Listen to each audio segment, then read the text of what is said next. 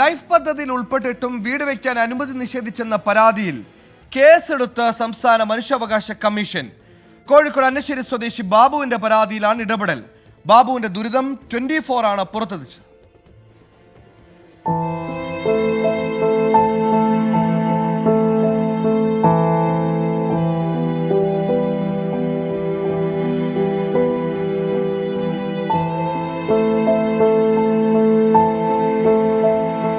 Tarpaulin sheet കൊണ്ട് മറച്ച ഒറ്റമുറി വീട്ടിലാണ് കഴിഞ്ഞ 8 വർഷമായി ബാബുവിൻ്റെ താമസം. ഒപ്പമുള്ളത് ഭാര്യയും 2 പെൺമക്കളും.